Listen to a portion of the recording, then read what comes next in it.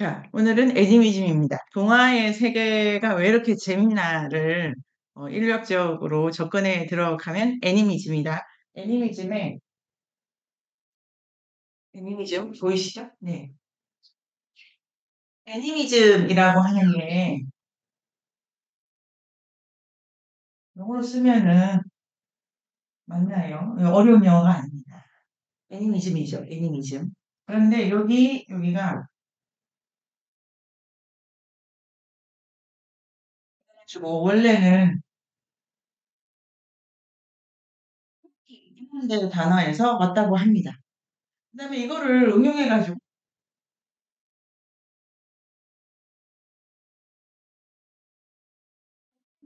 이런 단어도 나오는 거죠.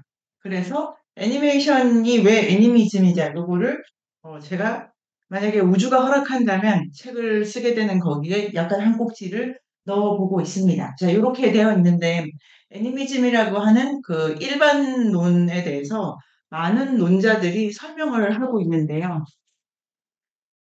어, 이런 책도 있습니다. 최근에 이 유기쁨 선생님이라는 선생님이 애니미즘에 대한 어떤 그 정리를 해주셔가지고 여기 팀인골드도 나오고 이 정리가 되게 재미있고 그 잘된 책입니다. 그래서 요것도 참고하실 수 있고, 그런데 이 책에 나와 있는 거를 제가 참고도 하고 제가 읽은 다른 인력책을 참고해가지고 마지막 오늘까지의 이른 저의 파이널 애니미즘 정의를 발표해 보도록 하겠습니다. 요 활기가 있는 거다. 애니미즘이라는 거는 활기론입니다. 활기. 그러니까 생명력이 있다는 거죠. 그런데 이런 생명력에 대해서 무문자 사회에서는 이런 세 가지 축에서 이해를 해볼 수가 있겠습니다. 첫 번째, 애니미즘이라고 하면은 무문자 사회의 그 사람들의 사고에서는 어, 영이 있다죠, 영이. 이게 스피리추얼리티 이런 거고, 뭐 정령, 그다음에 영성, 뭐 이런 데가 있는 거예요. 혼, 뭐 이런 거. 영역이 있다. 이게 애니마시 활력인 거예요. 근데 활력이 있는데 활력이 어디에 있냐면은 신체에 있습니다.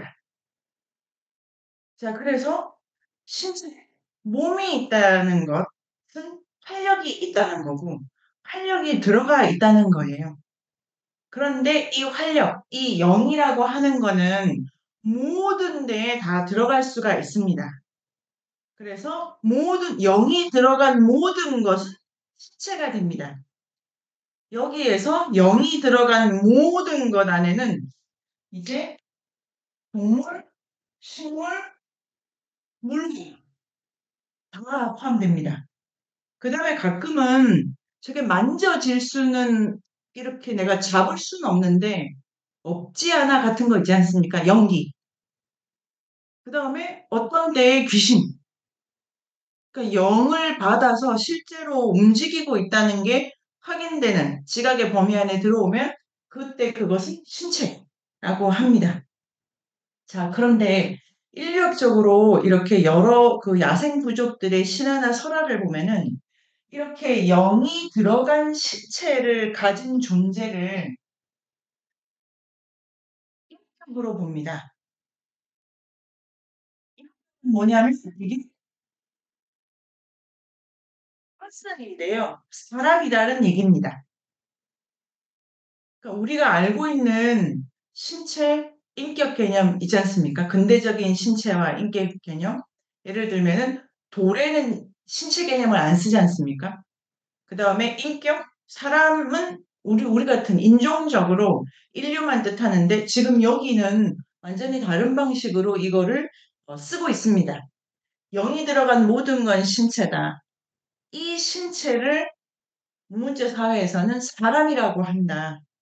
그러면 이 사람 안에는 다시 동물, 식물, 물건 다 들어가는 거죠. 이렇게 됩니다. 이렇게 됐을 때 애니미즘이 우리 시대나 지금 우리한테 되게 재밌는 이론인 거는 이렇게 생각하면은 자, 일단 인격을 우리가 예를 들면은 그 서양 기독교에서는 카렌 암스트롱의 추계 시대에 그런 설명이 있다고들 합니다. 초반에 기독교에서도 뭐 바알 신이라든가 다양한 신이 있었는데 어떠한 역사적 시점에서 유일신, 인격신을 갖는 신관이 됐다. 이런 설명이 그 책이 하고 있는데요.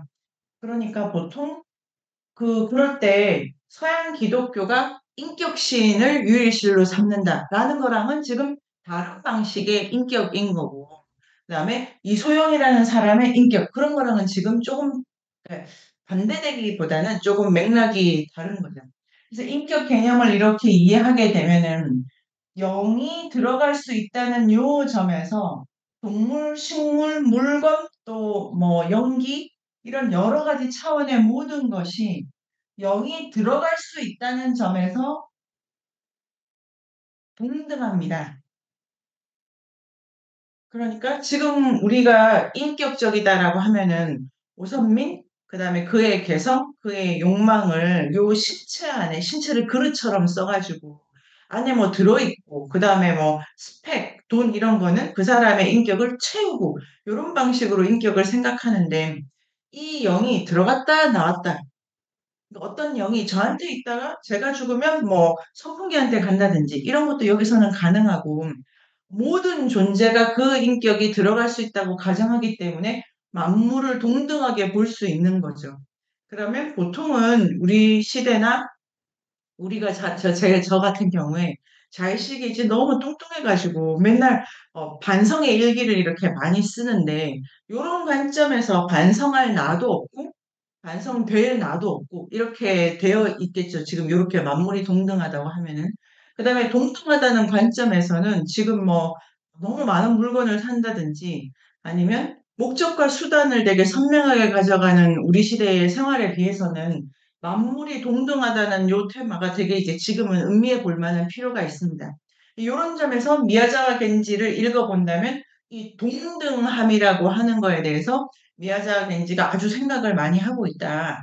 이런 생각이 듭니다. 예를 들면은 미야자와 겐지의 동등함은 미야자와 겐지의 그 동화에는 동물이 나옵니다.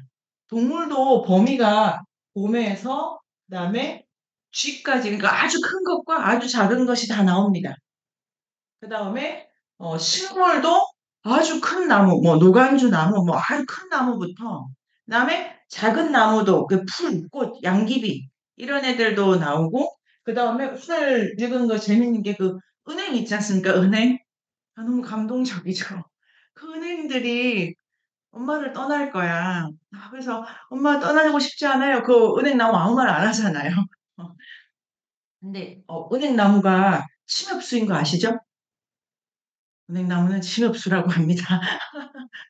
그게 원래 손이 착 벌어지기 전 단계. 그런데 뭐 그런 것도 포함해가지고 재밌는데 아주 식물도 큰 것부터 작은 거에 이르기까지 심지어 균류, 버섯 얘기도 되게 많이 하는 거죠. 그러니까 미야자와 겐지는 보통은 어떤 이야기가 인간이 중요해, 주인공이 중요해 이러는데 이 숲의 세계에 있는 모든 걸 다 그리려고 한다. 심지어 오늘은 바람도 있죠, 바람. 이 바람 너무 재밌으셨죠? 할머니 바람. 근데 할머니가 눈 내린다는 테마는 그림 동화에도 있어요. 약간 할머니를 위에서 뭘 하는 존재로 생각하는 게, 우리가 동화를 계속 읽어가면, 완전히 똑같진 않지만 비슷한 상징 코드 같은 거를 찾아낼 수 있을 것 같아요. 할머니, 눈, 이렇게 된 것도 재미있고, 미야자와 겐지는 이 모든 주인공들을 다 소중하게 다룬다. 자, 그런데 동등하다는 게 그래서 돈도 중요하고 쥐도 중요하고 은행도 중요해 이렇게 되어 있진 않습니다. 이 안에는 규칙과 법칙이 있기 때문에 미야자와 겐지의 숲은 이거 이제 전체가 다 있는 이 동등함이 주파되는 세계를 뭐라고 하냐면 미야자와 겐지가 숲이라고 하는데 이 숲, 학교가 있고 훌륭한 선생님들이 계시고 배우고 이렇게 이제 되어 있는 거죠. 전체적으로 보면은. 그래서 이 동등하다는 게 중구난방으로 너도 너 나도 나 각자 잘 살자 이렇게 되어 있는 게 아니라 아주 특정한 법칙에 따라서 이 동등함이 자리를 찾아야 돼라고 말하고 있습니다. 그러면 오늘 읽을 미야자와 겐지 3권에 잘난 척하는 애들 있지 않습니까?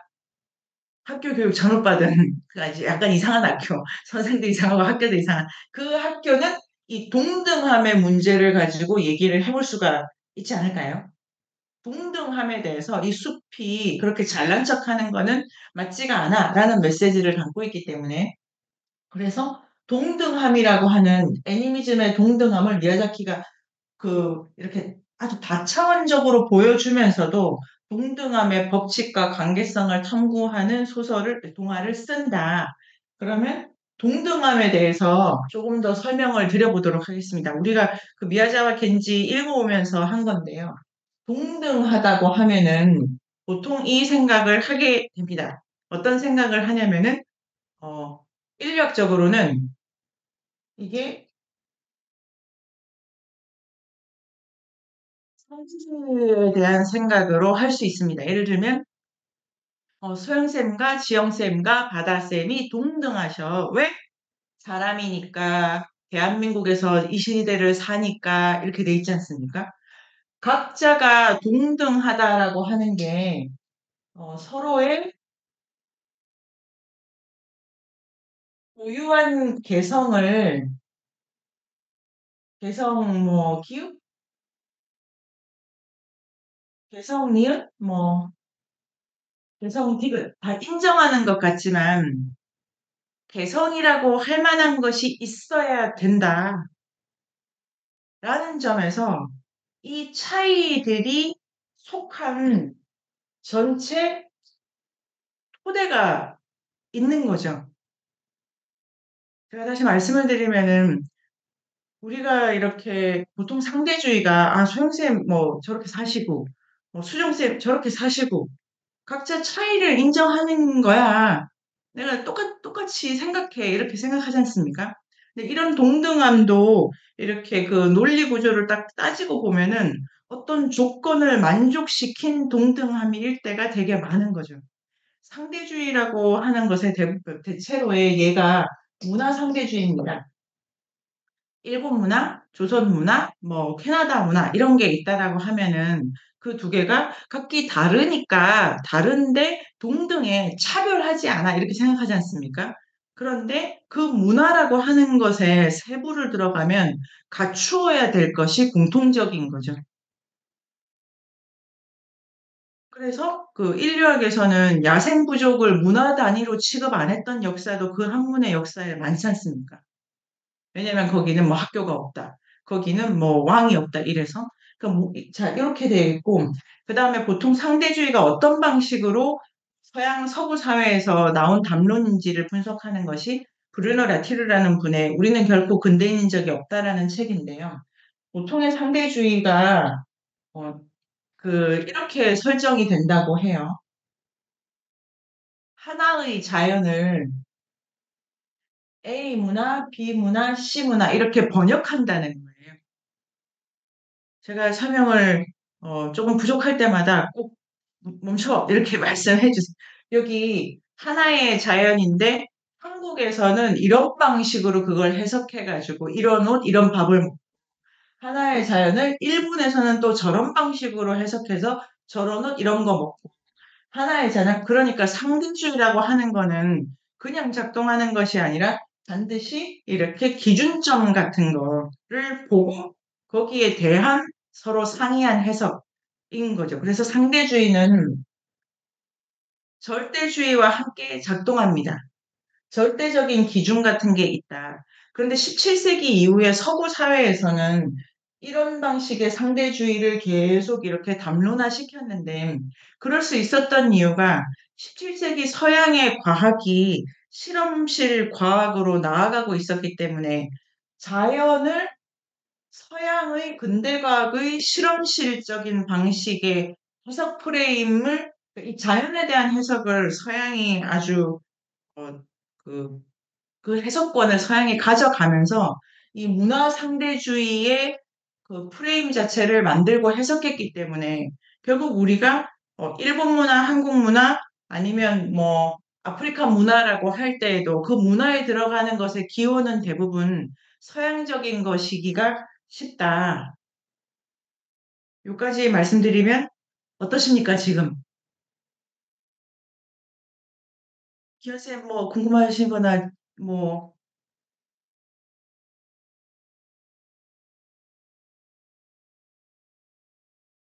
여기서 들어가면 이런 상대주의랑 아까 잘 듣고 계신다고 하셨으니까 기현쌤이 답을 하셔야 되겠네요.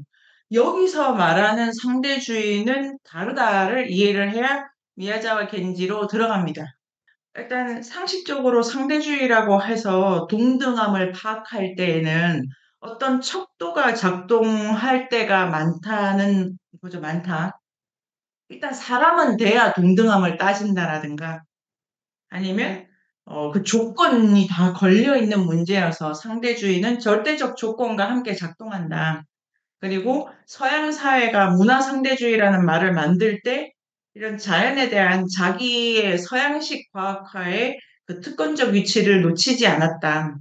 그런데 숲의 상대주의는 미야자와 겐지의 동화에도 나오지만 봄, 쥐, 은행, 버섯, 바람이 이게 뭐를 기준으로 같다고 할지를 보기가 되게 어렵습니다. 그러니까 여기가 척도가 들어오기가 되게 어려워요. 그 다음에 그거를 동화의 문법으로 보면 우리가 이렇게 토론을 진행하다 보니까 끝이 왜 그렇게 끝나지? 이럴 때 되게 많았지 않습니까? 아니, 뭐 화해를 하는 것도 아니고, 요번에도 이상한 애들이 많죠. 이상한 애들이 그냥 이상한 채로 그냥 살아가는 거. 이게 뭐 벌 받거나 야단 맞고 이런 거는 둘째 치고, 이야기가 각자 제가 드리고 싶은 말씀은 각기 다른 종이 어떤 똑같이 생각하는 선이나 진리가 없는 거죠. 그래서 중간에 우리가 그 그러니까 농업학교, 인간의 농업학교랑 숲의 학교 이래서 인간의 관점인 데는 수렵인데 저쪽의 관점에서 보면 이거는 재배다. 뭐 이런 거 있었지 않습니까? 같은 사태도 곰이 보느냐, 인간이 보느냐에 따라서 다 다르게 해석이 된다라는 거를 동화가 강조하고 있기 때문에 요 세계에서는 척도가 들어오기가 되게 어렵죠. 그럼 여기야말로 같이 뭘 하기가 되게, 그러니까 우리 같으면 악수를 한다든지 같이 책을 읽어서 아, 칸트가 이런 말씀을 하셨어. 이런 결론에 도달하기가 우리는 하고 있는데 동물의 세계에 들어가면 곰의 진리와 개의 진리가 다르기 때문에 절충안을 찾기가 되게 어렵죠. 절충안을 어떤 방식으로 찾냐면 육식으로 찾는 거예요. 이 절충이 아니라 먹느냐 먹히느냐 요런 만남만 가능하게 됐기 때문에 동등한데 척도가 없고 서로의 절대적 차이를 어, 비극적으로 이렇게 연결한 세계가 숲인 거죠.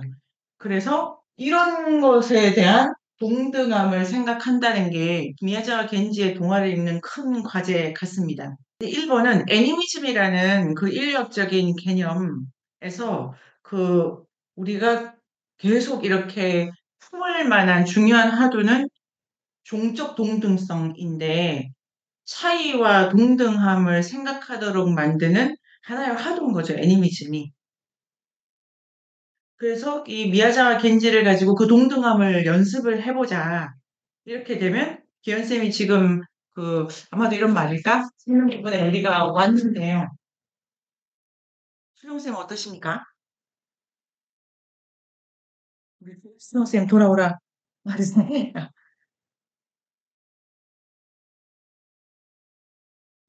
갑자기 그 모른다라는 단어가 네, 떠오르면서 그 모른다. 예, 모른다라는 단어가 떠오르면서 이번 주에 읽었던 그 사슴춤의 기원이 아, 저는 맞아, 예, 맞아. 저는 그게 조금 그 선생님이 말씀했던 그 모른다 지난 시간에 동영상 봤는데 그 다가가고 물러서고 다가가고 물러서고 이런 개념이 지금 떠오르고 있어요. 네. 저도 그런 생각이 드는데, 근대 소설은 알게 된다라는 형식을 갖고 있습니다.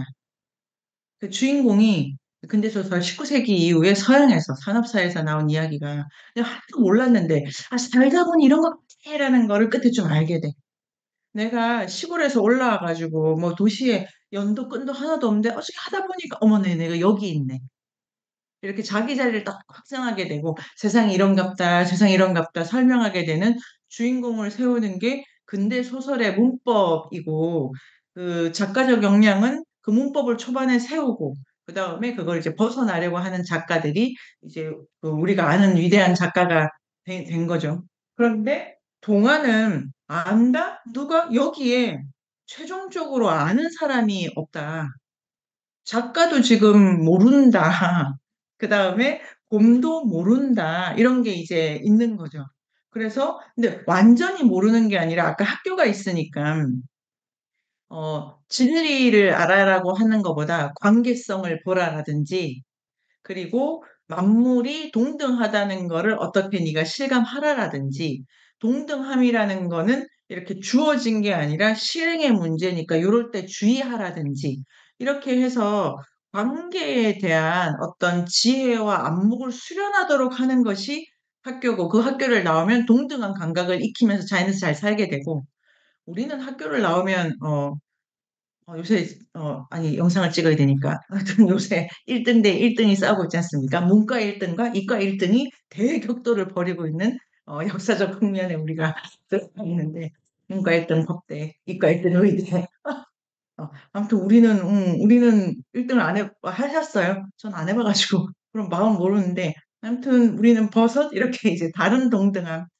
그러니까 우리가 오늘 읽은 건 큰 것이 좋아 학교를 나오면 그 싸우다가 배 터져 죽는 거고, 그 다음에 우리처럼, 너는 너고 나는 난데 어쩌면 좋아. 이렇게 다른 거를. 그런데 같이 있어야 되고, 어떤 땐 떠나야 돼. 진짜 이별에 대해서도.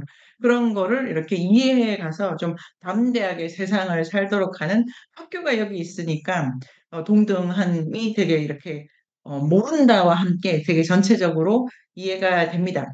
그 다음에 동등하다는 거를 이제 그 다음 스테이지에서 주어진 게 아니다.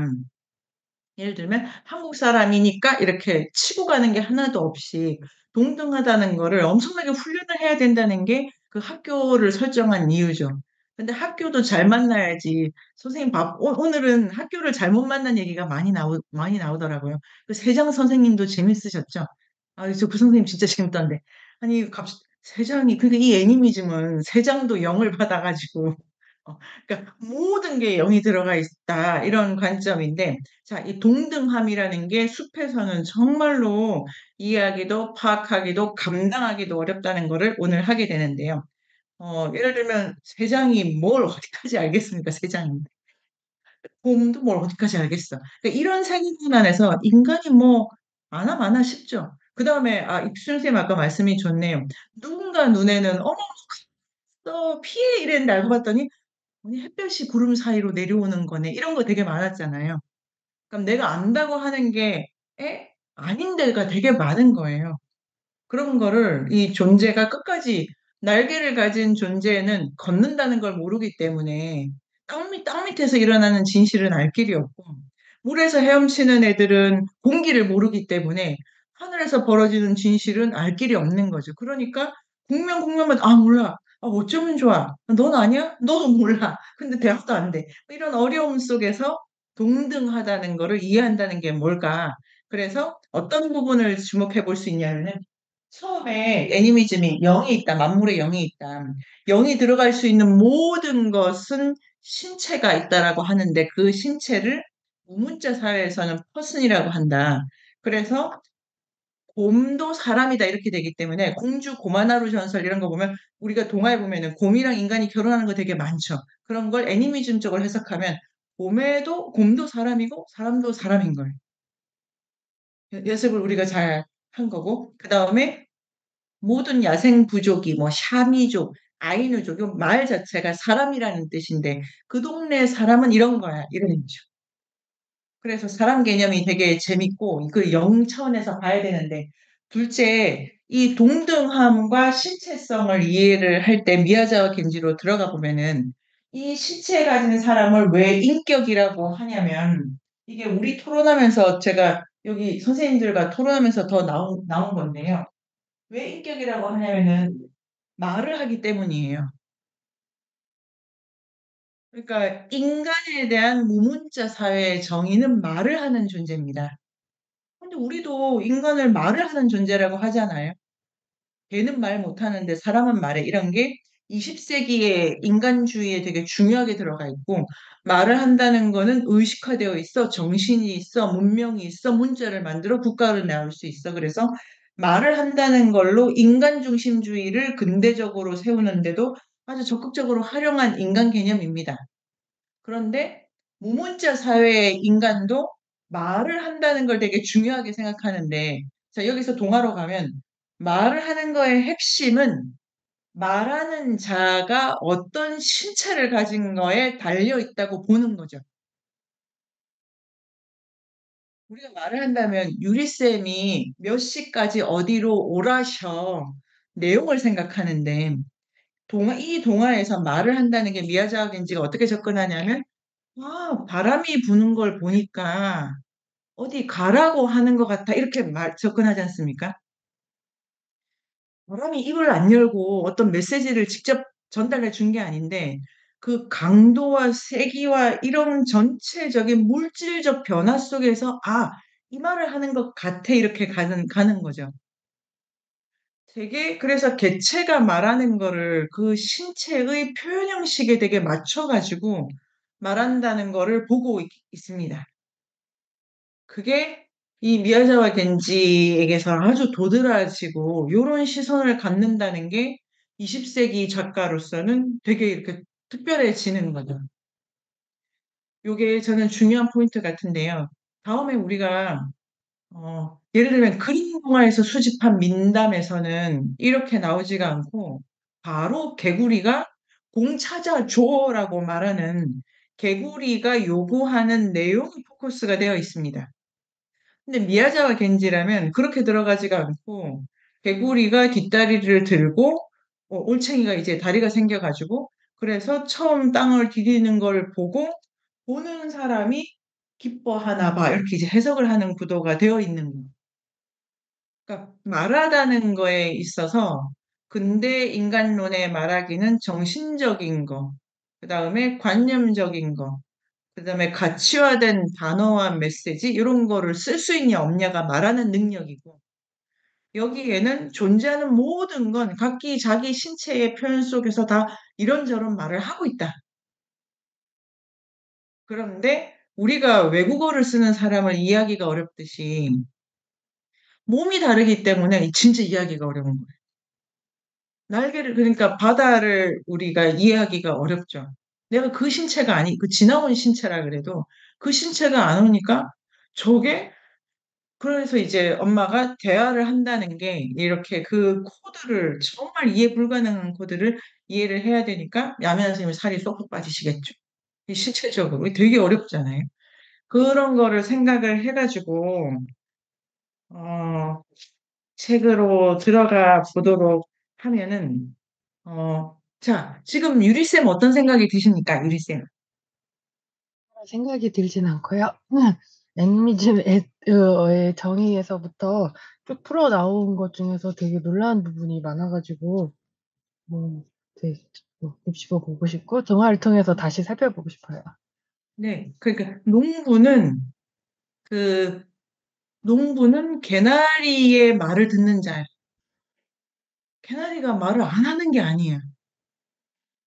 농부는 땅에 그 진흙이라든지 강도라든지 그 돌멩이의 말을 듣는 자야. 걔들이 말을 안 하는 게 아니잖아. 학교는 뭘 가르쳐야 되냐면 이 많은 말을 어차피 외국어가 너무 많기 때문에 다 배울 수 없잖아요. 말을 들을 때 태도를 가르치면 돼. 자, 이런 관점에서 미야자 겐지의 숲 학교를 이런 걸 이제 들어가는데 신체를 이해해야 된다는 이 관점을 가지고 팀인골드의 라인스로 4월 19일에 가요. 그 사이에 제가 또 딴 책 읽어가지고 어디 딴 데 갔다 올지도 모르지만 지금은 여기서 가면 되겠다 이런 생각이 듭니다. 신체를 이해를 한다. 근데 신체라고 하는 거야말로 동등하다. 이거야말로 차이의 극대화와 그 극대화 속에서의 동등함을 생각할 수 있다.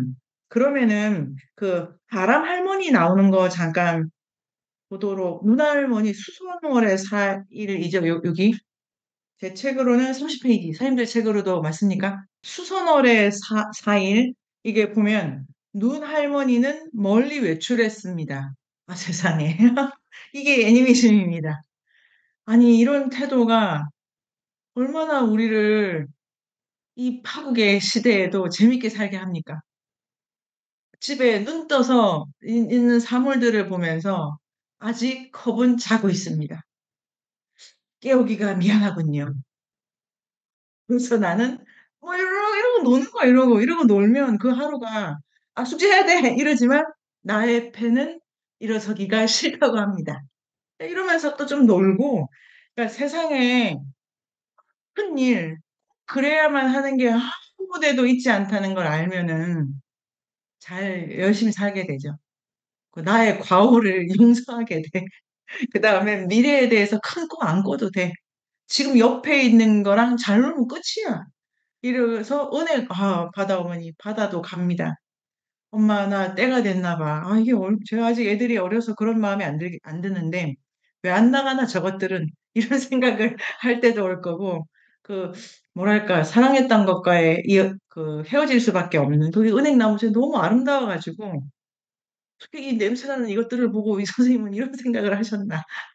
치워버려! 이런 거였는데 걔들이 어디 간다. 아무튼 눈 할머니는 멀리 외출했습니다. 아 할머니 어디 가셨어. 할머니 가셨어. 이런 거를 우리가 읽었으니까 처음 오는 날 우리는 얼마나 재밌겠어요. 할머니 오셨어. 할머니 오셨어. 그다음에 눈 오기 직전에 오실 것 같지 않아요? 막 이러면 세미나 시간에 올 것 같은데 할머니 이러고 노는 거죠. 근데 지영 쌤 말씀하신 것처럼 그러니까 바람에서 노년을 보는 거 있잖아요.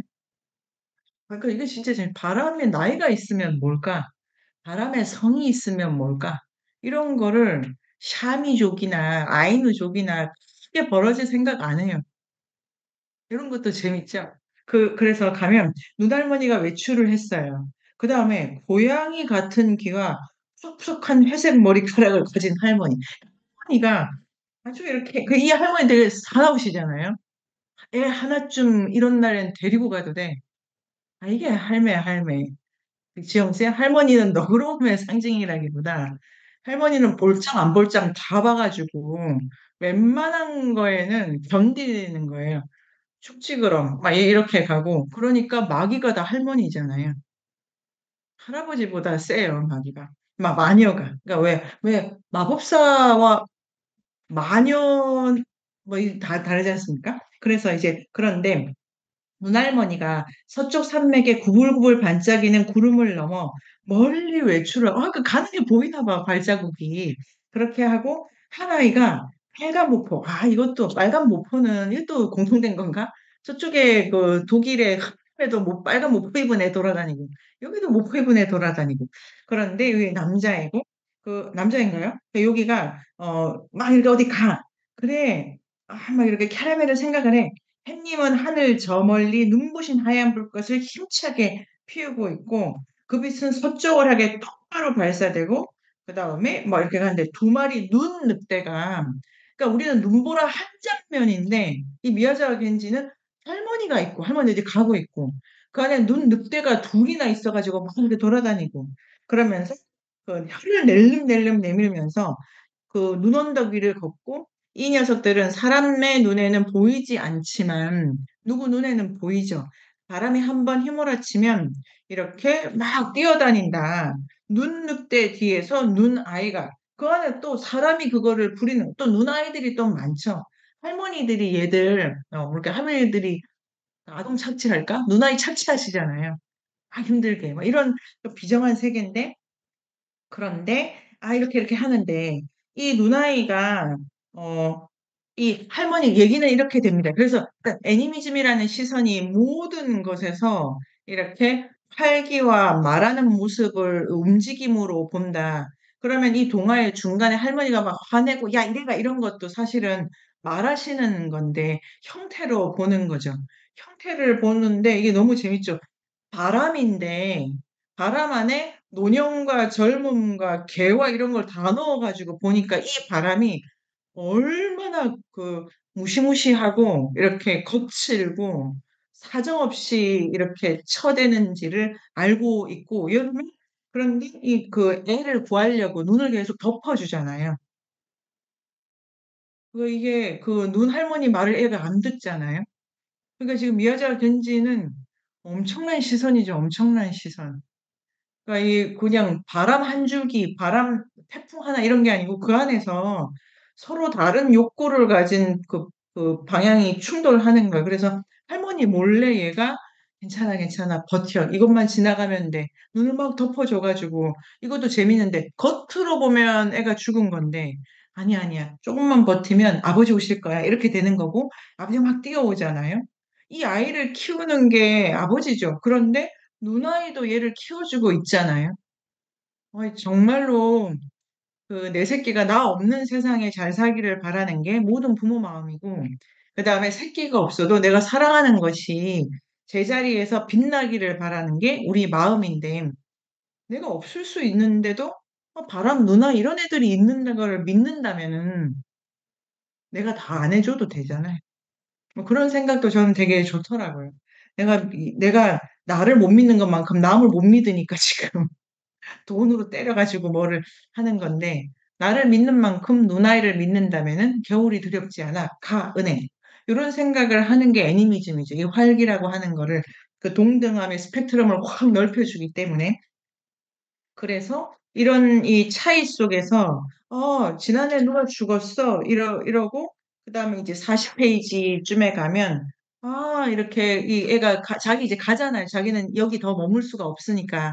그러면 이제 아빠 오셨어. 눈 떠.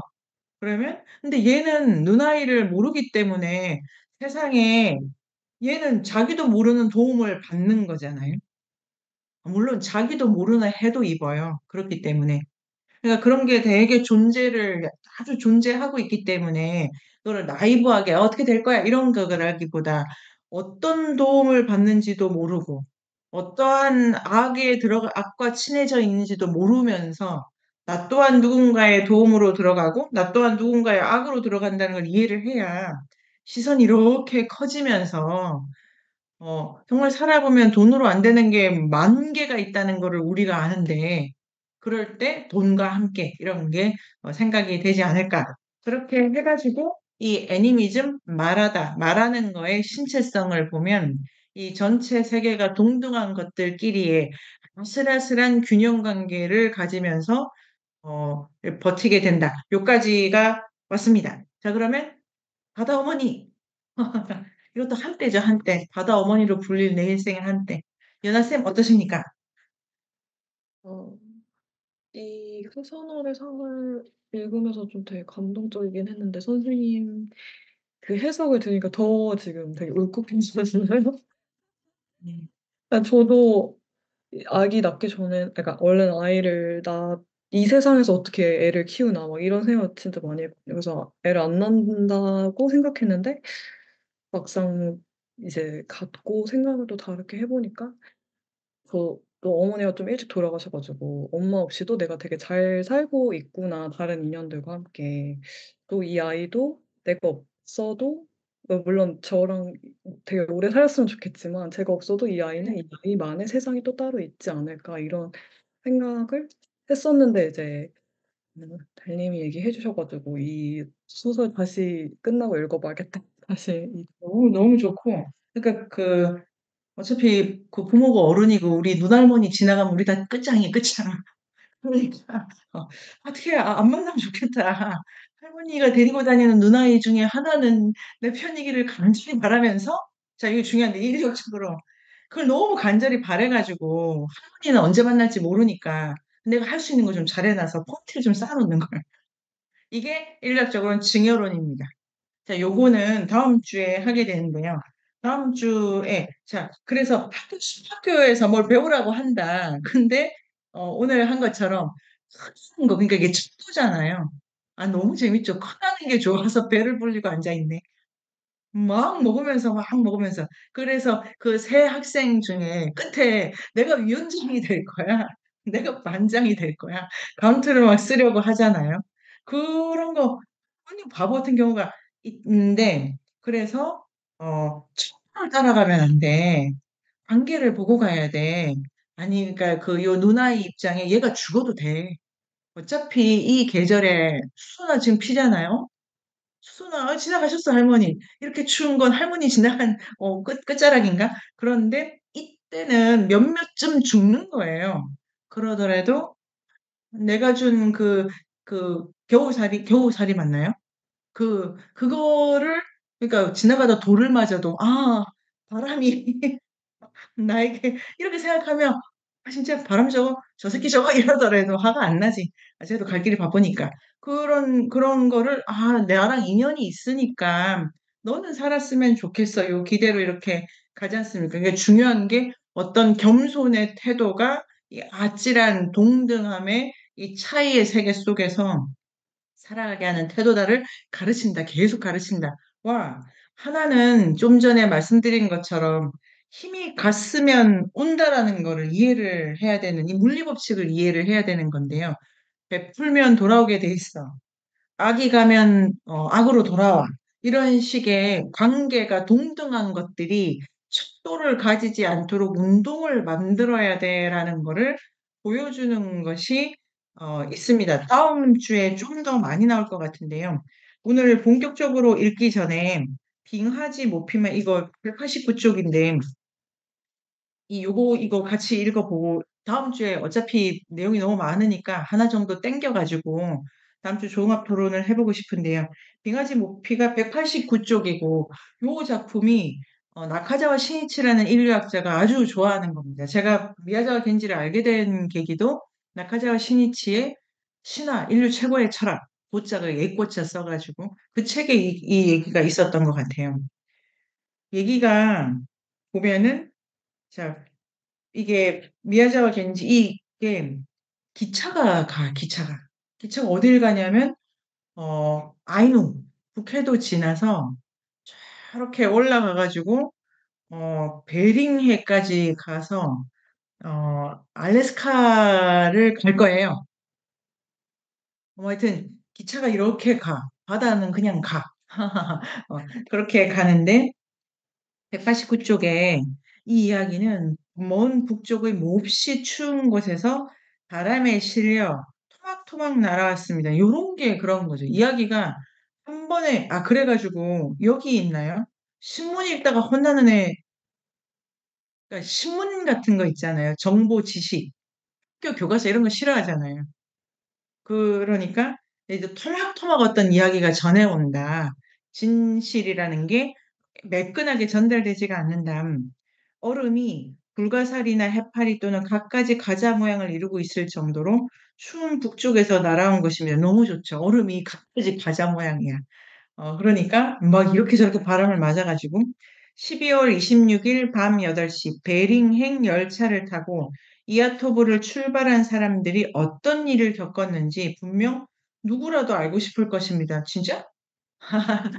누구라도 알고 싶을 것이다. 그런데 이아토브 전체에 그러니까 이게 저 가을에 가나 여름에 갈라 했더니 여긴 겨울에 가야 되네요. 그러니까 프라하도 1월에 가야 돼요. 프라하를 여름에 가는 거는 그 카프카의 그 독자가 할 일이 아니죠. 거기에서 뭐 캔버스 이런 거 신고 다녀야 돼. 털신 말고. 막 발이 시려가지고 막 걸어야 되나 이런 걸 하면서 그 굴뚝방을 먹고 카프카를 생각을 해야 되는데 계절이 있어요. 가야 될 때. 근데 여기는 보니까 겨울인 것 같아. 우리는 그래서 마을이 하얀색이다. 바람이 끊임없이 분다. 자, 그 다음에 190쪽에 넘어가면 베링행 초특급 열차 안에 사람이 새까맣게 모여 있는데, 자, 190쪽에 마지막 밑에서 둘째 줄에 15명 한 차량 안에 그 한가운데 얼굴이 붉대요. 얼굴이 불쌍한 거 있잖아요. 이렇게 뭐 올라와 있으면 술을 좀 드셨나, 뭐 육식을 많이 하시나 생각이 드시죠? 또 살이 쪘어. 육중하게 앉아 있어. 그 신사는 못 껴입었어. 요게 이제 문제가 됩니다. 두 자리를 차지해서 이 먼 제가 두 자리를 차지한 채 커다란 알래스카산 금반지 멋지게 번뜩이는 10연발 소총 무척이나 건강하고 목소리를 우렁찬 했는데 옆에는 비슷한 차림의 신사들이 안경, 시계 자, 안경, 잘 보겠다는 거, 시계 정확하게 보겠다는 거고, 모두 건장했지만, 한가운데 있는 사람은 비에 좀 마른 편이다. 이 뚱뚱한 아저씨에 비해서. 맞은편 구석에 붉은 수염, 마른 사람, 북극여우. 이래가지고 전체적으로 막 이렇게 너무 대비되는 멍하니 앉아있고, 이쪽 대각선 방향의 창가에, 어, 뱃사람처럼 보이는 젊은 남자가 범포 상의가 이게 모피는 아닌가 보죠. 그래서 일단 그냥 그 포예요, 포. 뭐 이렇게 식물이죠. 식물식으로 옷을 입고 이런 게 있는데 이거 중간에 어떻게 되냐면은 이 사냥꾼들이 이렇게 해가지고 아, 내 거 진짜야. 모피 자랑을 하는 거예요. 내 거 진짜야. 이거 10마리 잡은 거야. 아니야. 그 무슨 이런 털이 제일 좋아 막 해서 막 자랑을 하다가 중간에 야, 네 거 가짜네. 누가 이래. 그래서 아, 티나나? 아니야, 진짜야. 아니, 가짜 같은데? 이래서 이제 어느 중간에 갑자기 열차 강도를 만나가지고 이 아저씨들이 그 뚱뚱한 그 사람들이 밖에 막 끌려가고 그래서 열차를 다시 움직이게 해준다면 걔는 데리고 가. 막 이런 거거든요. 근데 그 열차 강도가 곰이에요, 곰. 그리고 이제 이런 동화를 끝나는데 동화 재밌는 게 야, 못 피입은 애들 다 나와. 그러니까 아까 그 가짜 못 피입은 애 있잖아요. 내 거 가짜야. 나 데리고 가지 마. 그래서 그전에는 내 거 진짜야 하다가 가짜라서 얼마나 다행인지. 이게 되게 유머 코드가 들어가 있는데 드리고 싶은 말씀은 다르지 않습니까? 동등한 것이 차이로서 잘 존재하려면 편중을 가져선 안 돼. 잘난 척을 해서는 안 돼. 몸을 불려서는 안 돼. 성의백과를 찾아다니면 안 돼. 그런데 그렇게 편중이 생긴 거에 대한 감각을 놓치면 반드시 반대쪽에서 이렇게 반대입부가 와가지고 치게 돼 있어. 그래서 이제 균형을 맞추는 거죠. 예, 아마 다음 주에는 이런 얘기가 많이 나올 것 같고, 미야자와 겐지가 시리즈를 이렇게 잘 묶어 놓은 거네요. 그래서 동등함의 학교에서 우리가 배울 것은 차이에 대한 감각. 뭔가 비슷한 애들끼리 모이고 있다. 이런 걸 덜어내야 되고, 관계성이라고 하는 게 뭔가, 무엇인지를 미야자와 겐지가 생각하게 해본다. 자, 그러면, 소영쌤 어떤 생각이 드시고, 지영쌤 어떤 생각이 드시는지 제가 사례로 들어보겠습니다. 저는 처음에 그러니까 말씀을 듣다가 평등이랑 그러면 어떻게 다를까라는 우리가 네, 평등이 중요하다라고 얘기를 많이 하잖아요. 네네. 그거랑 동등 여기서 말하는 동등은 어떻게 다를까? 뭐 약간 이런 생각들이 들다가 아, 되게 네네. 뜬금없이 그냥 뜬금없이 아까 그 할머니 네. 눈할머니의 그 볼장 다본 그 포스 있잖아요. 약간 네. 그게 되게 멋있다 이런 생각을 해서 그런 할머니가, 이제 장래 희망은 그런 할머니가 되는 거. 삶이 그러니까 그런 약간 어떤 게 멋있다고 생각해 본 적이 없는데 '아 되게 네. 멋있다. 아 이게 이걸 추구해야 되는구나.' 이런 생각이 들었어요. 오늘 우리의 얘기가 장래 되다가 희망은, 그게 미야자키 하야오의 라퓨타의 도라, 그 아, 다음에 센과 치레로의 유바바. 맞아요. 미야자키 하야오가 요 할머니 캐릭터 아주 좋아하시죠? 이 할머니는 뭐냐면은, 낳긴 하는데, 기르는 거에 관심 없어. 그 다음에 재주가 있다면 키워줄 거야. 이게 미야자키 두 개거든요. 낳는데, 크는 건 네가 알아서 크는 거고, 그다음 포녀의 그란만 말해. 낳는데 난 크는 건 알아서 크는 거고, 약간 재주가 있다면 내가 코치로 훈련 좀 시켜줄 수 있어. 이런 거여서, 이게 라퓨타의 도라에 아주 잘 나왔죠. 그 할머니 진짜 화려하지 않습니까? 손가락 반지 다 끼고 있고. 네. 이 모든 부와 권력은 다 내 거야. 이런 것이 할머니고, 너는 네 맘대로. 그런데 평등과 동등은 되게 재밌는 포인트고, 그 상대주의를 얘기를 하거나, 우리가 일상적으로 생각하는 동등함을 이야기하는데 되게 좋은 키워드네요. 우리가 생각하는 평등은 같은 것을 갖게 해주세요. 똑같이 대해주세요. 차별하지 마세요. 그런데 이 숲에서는 그런 평등은 사실 불가능하고, 봄하고 은행이 뭘 같이 대해줘. 만날 수 있는 거는 먹고 먹힐 때뿐이고. 근데 손잡고 쎄쎄쎄 하는 날은 절대 올 수가 없어. 요거를 계속 이해한다는 게 저는 진짜 필요하다고 생각을, 이렇게 해야 그 이렇게 오만하게 내가 나를 그렇게 오만한 사람으로 안 만들 수 있지 않습니까? 어리석지 않게. 그다음에 둘째는 이걸 이제 평등이라고 안 쓰고 동등이라고 한다. 동등이라고 할 때는 똑같은 것에 대한 요구가 아니기 때문에 여기서 철학적 개념으로 독특한 것에 대한 요구라고 말을 만들 수 있겠네요. 독특하다. 이제 막 이렇게 말을 잘 모르면서 던져보겠습니다. 이게 스피노자의 독특한 실제고 싱귤레러티라고 해서 들레즈도 좋아하는 개념입니다. 독특하다. 비교 불가능한 차이의 운동을 갖는다. 이 독특한 개념을 들레즈가 설명하는 것은 다양체라는 개념이랑 같이 설명을 하고 있고 역시 지금 떠오른 거지만 4월 19일에 이 얘기도 하게 됩니다. 독특하다는 거는 뭐냐면은 자기 안에 일자를 계속 덜어내는 운동을 하는 자아예요. 자기 안에 일자는 뭐냐면은 척도 나는 이소영이니까 이런 걸 해야 돼를 덜어내. 그러면서 자기만의 어떠한 특별함과 고유함을 찾는 활동을 계속해 나가는 자리가 독특한 자리가 되는 거죠. 그러한 독특함으로써 나를 내 삶을 끌어간다라고 하는 게 그런 자들의 공동체? 이게 동등함. 그런 자들의 숲? 이렇게 동등하다. 그러면 소영쌤 지금 생각이 어떤 게 더 드십니까? 지금 독특하다는 게 이런 말이라는 거에 깜짝 놀랐고요. 네, 신기하고, 네. 어, 어, 어, 그러니까 개념에서는 네. 일자 동일성에 대한 요구가 들어가요. 이 집단 전체에게 음, 똑같은 돈을 갖도록, 똑같은 혜택을 얻도록, 똑같은 병원, 똑같은 학교, 똑같은 쇼핑센터를 누릴 수 있도록 이렇게 되는데, 그럼 바꿔 말하면 같아지겠다는 거니까 여기는 하나의 얼굴에 모두를 포개는 방식인 거죠. 음, 이런 거를 그 일자 척도라고 합니다. 그러면 숲에서의 동등한 거는 독특함이다라고 하니까 일자가 안 생길 수는 없어요.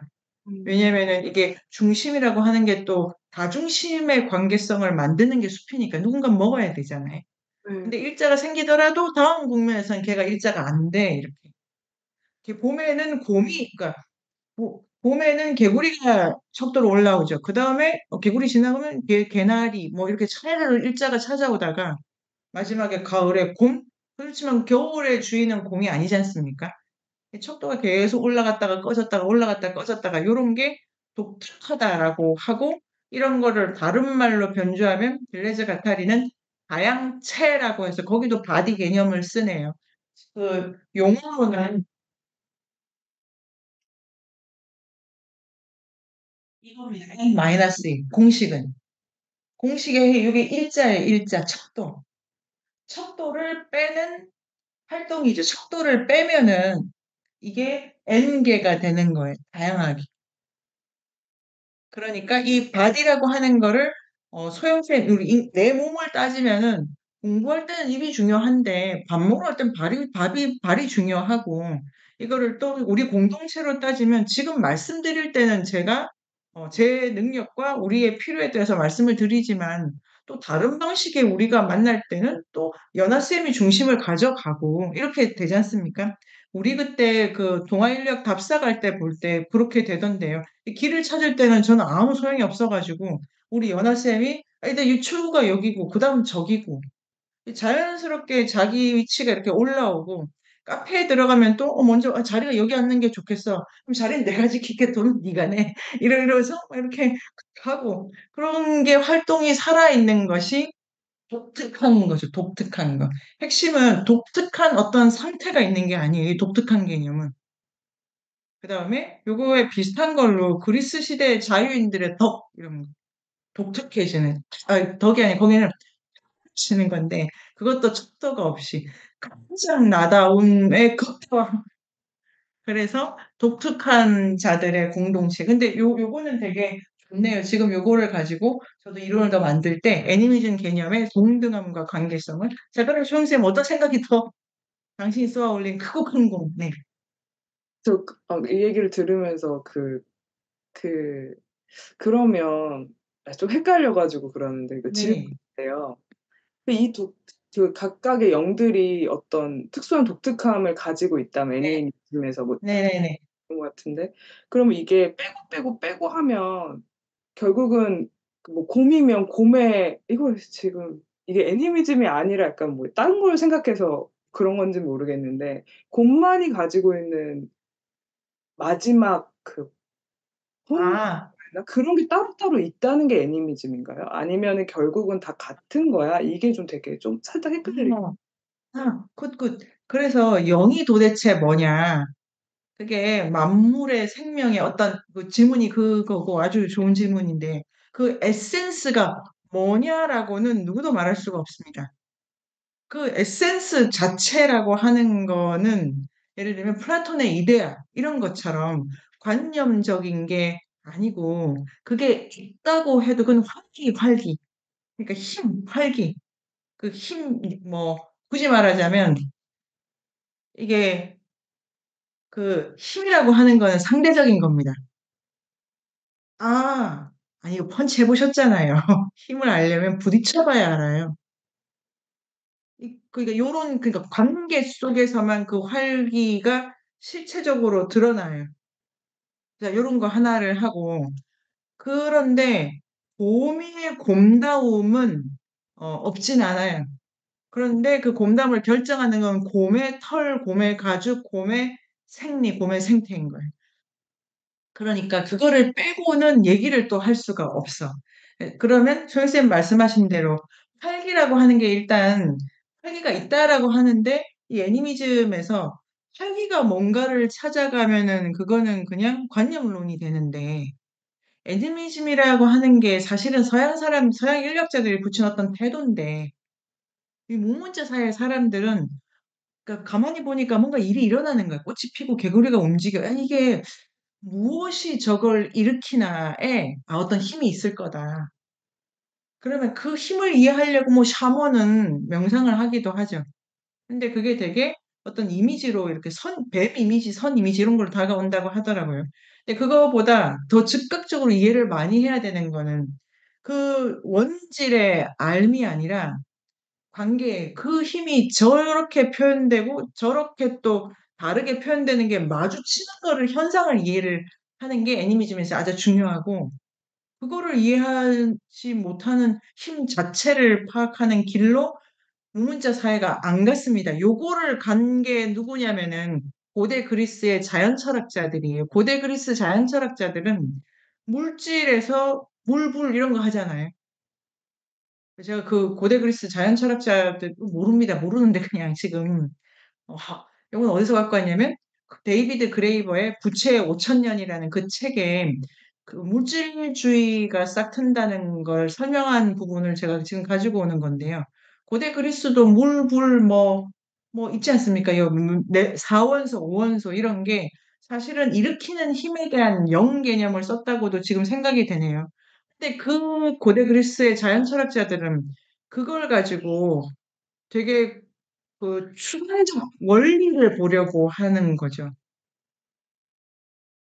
그러니까 영 개념을 소영쌤 그런 방식으로 생각하는 사람들도 인류 사회에 있었고 애니미즘은 영 자체를 안다는 거에는 그렇게 중요한 일이 아니다. 그 자체라고 하는 게 이미 다 응고된 거니까 영은 관계 속에서만 활기를 갖는 개념이다.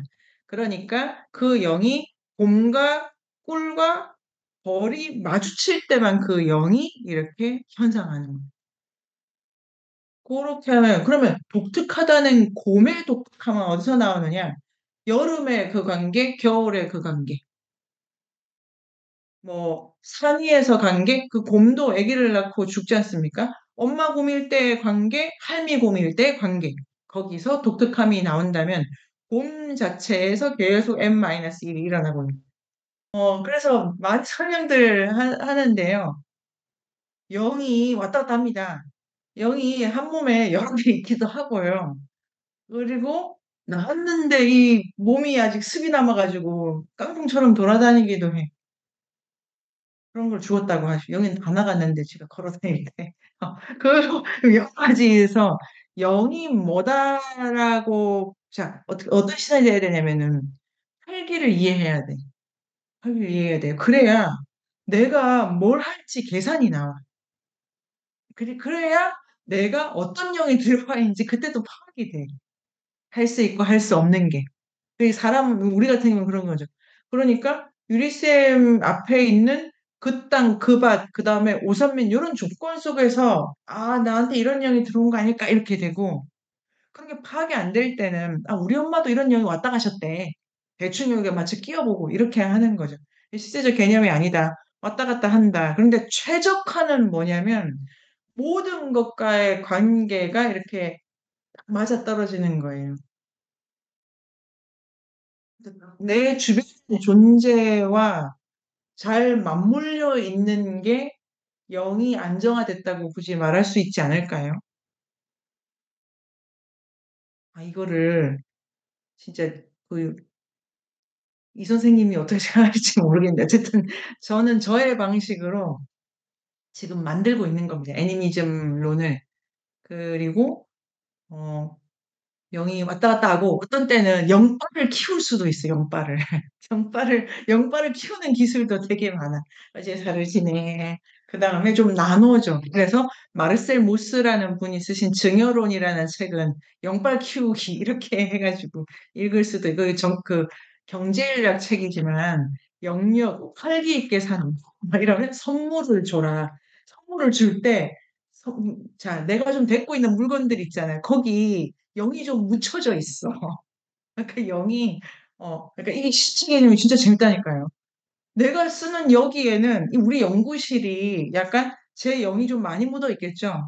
근데 여기 기현쌤 다녀가시면 기현쌤 영도 좀 묻어 있고 이래가지고 여기서 어 여기서 만드는 굿즈 있지 않습니까? 입문세 굿즈 그런 거를 이렇게 강화본에 스르 갖다 놔. 그러면 거기에 내용이 슬 가. 그럼 거기 약간 분란이 일어나겠지. 이상한 영이 왔으니까. 모르고 당하는 거예요, 거기서는. 왜 이렇게 야, 자꾸 그 식사 시간에 애들이 싸워. 이런 걸 그들은 모르겠지. 근데 제가 어제 거기 뭐 사자 뭐 갖다 놨어. 이런 거예요, 이런 거. 그래서 마르셀모스의 증여로는 선물을 잘하라. 그러면 왜냐면 거기까지 제 영빨, 우리 인문세 영빨이 확장돼 있으면 거기서 뭘 또 야금야금 먹고 좀 힘을 키워보는 거 이게 되나 안 되나 자기 영빨 테스트하면서 그런 방식으로 영역을 생각할 수 있는데 일단 애니미즘 자체가 이론화를 시켜야 애매하고 뭐 하나마나한 얘기를 안 할 수 있기 때문에 제가 선생님들이랑 만들어 봤고 미야자와 겐지로 이렇게 돌아서 생각을 해보면은 영빨 이런 건 사실 느끼기가 어렵죠. 약간 초자연적인 느낌이 들지 않습니까? 영 이러니까. 그런데 모든 존재가 말이 많아. 여기 제가 이제 오늘 읽으면서 아, 얘들이 말을 제법 많이 하고 있구나. 말이 또 되게 자기 성정이 있잖아요. 할머니가 막, 뭐 어떤 느껴지시죠? 이 목소리가 음성 지원되는 거 감추시죠? 바보 같은 애, 똑똑한 애, 이런 거가 다 이렇게 신체적 조건에 살아 있어서 말하는 존재들의 다양함이고, 이겁니다. 도달해야 될 때는 말을 어떻게 하는가를 학교에서 이제 숲에서 배운다는데 말을 하는 것이 그러니까 교만하게 말하면 안 돼. 마음도 그렇게 가지면 안 돼. 교만은 영빨의 증식이랑 아무 관계가 없어. 뭐 이런 것도 알 수 있는데 두 번째에 말을 하는 거가 신체적인 표현에 딱 걸려있기 때문에 날개를 가진 애는 비늘을 가진 애의 말을 이해하기가 어렵죠. 그러니까 이렇게 딱 되어 있어서 그런 관점에서 이 동화를 분석하면 대화가 잘 안 됩니다. 이런 게 이제 제 눈에 이번 주에 좀 보였고 선생님은 대화가 아니고 가르친 거를 받는 거잖아요. 그냥 주입하고 있다. 그런데 대화도 안 되고 들어야 되는 게 다 명령이고 이런 건 좀 이상한데라고 생각했더니 노래가 있더라고요. 노래는 어떤 거냐면 이게 다 노래를 미야자키 겐지가 되게 많이 쓰지 않습니까? 노래라고 하는 게 우리 아무 노래 있지 않습니까? 아무 노래인데 우리가 아는 뭐 애국가 이런 거라도 같이 부를 수가 있죠. 어떤 정서를 나눌 수가 있는데 그게 다 내 정서는 아니에요. 그러니까 그 노래를 부르면서 다 같이 울어도 각기 다른 이유에서 울거나 그거를 가져갈 수 있어서 그 다른 차이지만 묶어내는 힘이 있는 거예요. 그래서 미야자와 겐지가 요거 괜찮지 않습니까? 제가 노래를, 저 개인적으로는 노래를 안 좋아합니다. 그러니까 저는 어떤 노래를 들어도 방해를 받지 않아. 아, 놀랍죠? 노래를 정말 좋아하지 않기 때문에 뭘 들어도 마음에 부딪힘이 없어. 그래서 옆에서 뭐 이거 틀어도 저거 틀어도 저는 뭐 어느 카페 가도 괜찮아. 난 노래가 그러니까 안 들어오는 그러니까 그냥 나가 그냥. 그런데 노래를 좋아하시는 분은 안 그렇던데 이건 이래서 저래서. 근데 미야자 겐지가 노래를 너무 많이 읊으셔가지고 에이 뭐야 다 지나갔는데 제가 이번 주에 딱 준비를 하고 공부를 하면서 생각해 보니까 노래가 이 차이 나는 것들을 소영쌤 묻는 거예요. 그런 거는 또 어느 책에서 뵀냐. 책자랑. 그게 스티븐 미슨 선생님의 노래하는 네아타르탄입니다. 아, 정말 놀랍죠? 기현쌤 안 놀라십니까? 지금 여기서 강조되는 포인트는 그 노래를 각기 다른 방식과 각기 다른 목소리지만 모두가 부를 수 합창을 할 수가 있다는 거예요.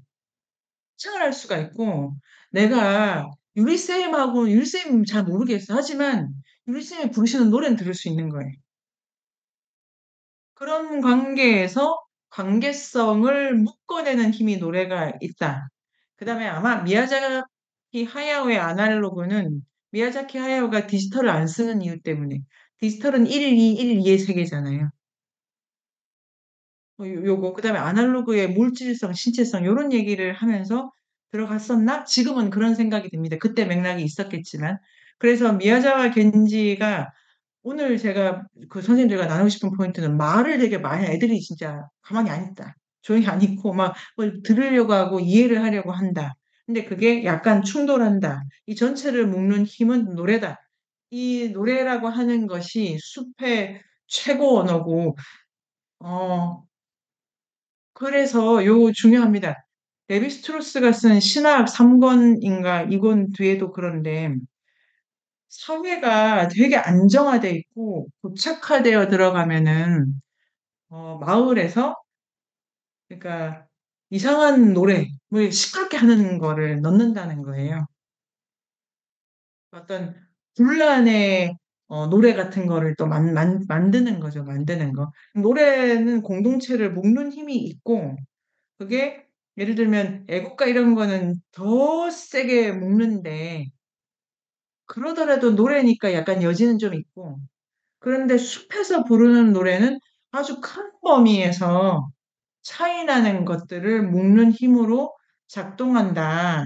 그러면 나중에 우리도 뭐, 선생님은 떡볶이만 좋아하시고, 아, 진짜 싫은데 나 떡볶이. 그럴 때, 유리쌤이 노래를 부를까요? 그럼 그냥, 이렇게. 이럴 수가 있다. 노래는 그런 힘이 있다. 자, 이런 거면, 향원쌤 어떠십니까? 여기까지 오늘 달려왔습니다. 아, 저는 계속 좀 그런 생각이 머물러 있는데, 아까 선생님이 그 독특성 말씀하실 때, 네.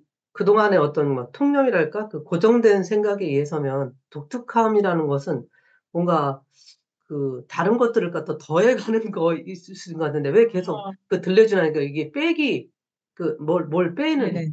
그게 이제 아까 얘기하신 거예요. 그 척도를 뺀다는 얘기인지 계속 네. 거기서 좀 왔다 갔다 헷갈리고 있는 것 같아요. 속도를 뺀다는 겁니다. 음.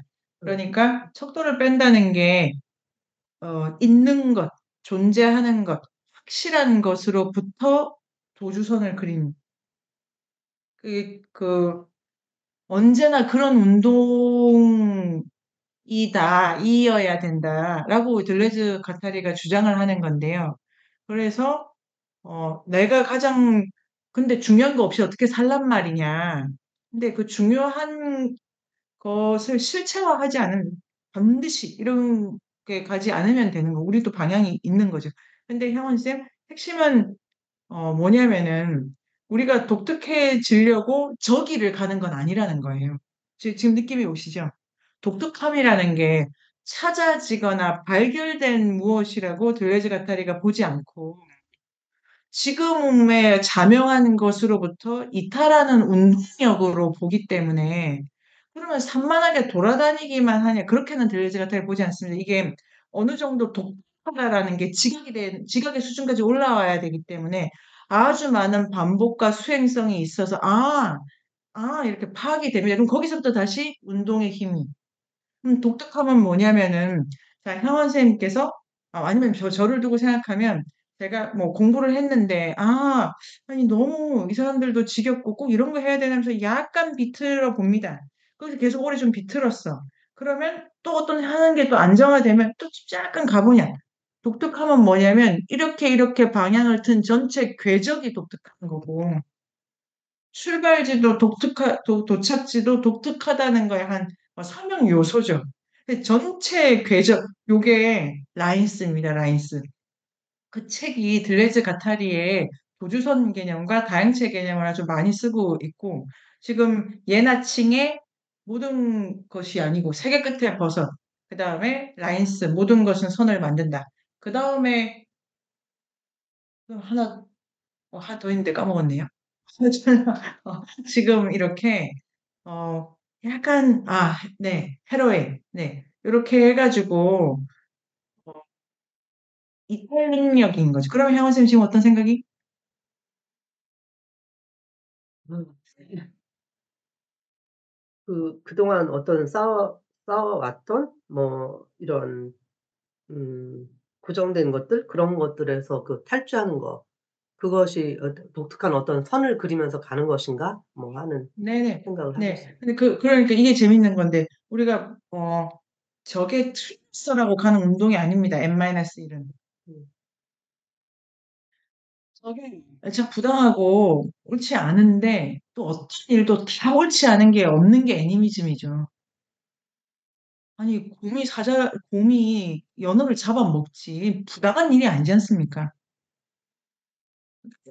주변에서 잘못된 만남이 있는 거지, 잘못된 만남이. 정치 부가는 누구도 파악할 수가 없고. 그런데, 그러면은, 찾기 때문에 도주라기보다, 그 덕분에 내 한계 조건으로 충지로 그거를 쓸 수가 있잖아요. 부정을 하지 않아도 되고. 그러면, 그냥 막 자본주의 학교 다 나쁘고 다 틀려. 어떤 데가 그렇습니까? 이 자본주의 돈 때문에 우리가 만났는데. 이 조건을 틀렸어. 다 갈아엎어. 이런 게 아니고 이 개념 자체가 여기서 약간 끌어다 쓸 만한 걸 좀 쓰면서 다르게 뭐 할 건 없나 약간 비틀면 결국 자본주의 칭송하니 칭송이면 어떻고 내가 지금 어떤 궤도를 거기서부터 자양분을 끌어올 건가에 문제다라고 보는 건데 이 개념을 적극적으로 활용할 때 필요한 건 뭐냐면 안목이지 않습니까? 뭘 갖다 끌었을 거야. 그게 저는 애니미즘이라고 하는 요 태도가 되게 많은 걸 보게 해준다는 생각이 듭니다. 그러니까 향원쌤 인생에서 틀렸어. 그때 틀렸는데 그 덕분에 조금 그런 거로 세상을 좀 알게 되고 제가 그 선생님의 인생을 드는 그런 예는 아니고 그러니까 이런 우리 일생의 어떤 거를 부정하지 않으면서도 조건과 가능성 속에서 해석을 이렇게 하는데 성공과 실패를 따지는 운동은 아닌 거죠. 근데 독특함이라는 개념은 도착지나 출발지 개념이 아니다라고 생각하면 재밌지 않을까요? 네. 해보다 말지. 그게 뭐, 거기서 멈추지 않는다면 또 틀잖아요. 그러니까 인생이 직선이 아니고 틀고 구부러지고 부딪히고 멈춰 있는 요 전체 궤적이 라인 쓰고 그거는 우리 6명을 교집합을 찾을 수 없을 만큼 독특하잖아요. 여기 와 있죠. 근데 경로는 그 누구의 경로도 비교 불가능하다는 느낌이 드시잖아요. 그런데 이게 교차한다고. 요렇게 보는 게 그 팀인골드 끝났네요. 우리는 여기서 끝냈습니다. 4월 19일. 그냥 그날은 노느라 만나면 되고. 그런데 미야자와 겐지가 그런 방식으로 계속 뜬금없는 애들끼리 마주쳤다가 잘 안 맞고 또 가고 그러니까 영혼이 없이 마주쳤다 헤어지는 얘기를 쓰는 것 같아가지고 그다음에 여기 생각해보면 학교라는 개념도 너무 좋더라고요. 학교는 졸업을 해야 되지 않습니까? 왜 미야자와 겐지가 제가 이런 생각을 해봤어요. 가족이라는 비유를 별로 안 쓰네. 가족주의 비판인가? 요거는 되게 비판이죠. 근데 이게 그 수준이 낮은 거예요. 근데 학교라는 비유를 좋아하는 이유는 되게 유한한 관계라는 거잖아요. 이 교과 과정이 8차가 되면 달라질 거고 9차가 되면 달라질 건데. 그러니까 일단 절대적이지 않다. 이걸 만약에 절이다, 템플이다 이러면 또 다르잖아요. 가서 그다음에 뭐 쿵푸 팬더다, 무도전이다, 이것도 느낌이 다르시죠? 학교라고 하는 것이 갖는 어떤 한정성 이런 것. 자, 그럼 향후 쌤 더 어떤 생각이 더 학교 언뜻 드는 생각, 학교에서는 어떤 독특성을 키워가면서 살아가기는 힘들었는데 하는 생각이 들었습니다. 네네. 매우 힘들죠. 그 나쁜 만남이 일어나기 쉽다고 지금 여기 얘기를 해서 그렇다. 그런데 거기를 들어갔다 나와야 되는 거예요. 이 되게 힘든데 미야자와 겐지가 학교는 일단 갔다 와야 돼. 아무리 허접하더라도. 이 말이 뭘까? 그것도 되게 생각거리고 참 재미가 있습니다. 네이버 검색창에 인문공간 세종을 검색하세요.